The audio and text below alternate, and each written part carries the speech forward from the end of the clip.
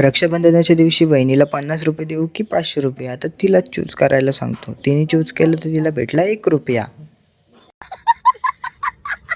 तर नमस्कार मित्रांनो, सकाळ सकाळी उठलो, मम्मी बोलते स्टॉपवरून काहीतरी नाश्ता आणायला जा. मग काय अंघोळ वगैरे धुतली आणि मग लगेच निघालो नाश्ता आणायला झाला. थांबा थांबा थांबा, फसल्या ना, अंघोळ नाही केली हो. घेतली गाडी, लावली गाडी चावीला, अरे चुकीचं बोललो, चावी लावली गाडीला आणि मग निघालो स्टॉपवर झाला. तर सकाळ सकाळचा व्ह्यू बघा.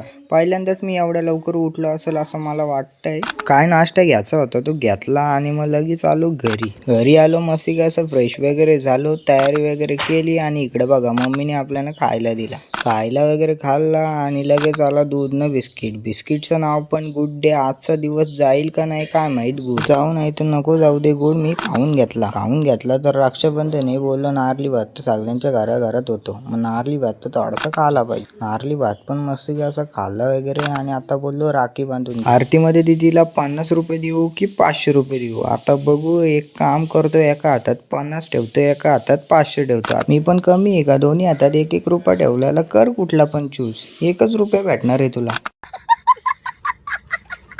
पाटावर बसलो आणि लगेच घेतली आरती करायला. मिठाई पण एकमेकांना मस्त कशी भरवली आणि मग लगेच घेतली राखी बांधायला.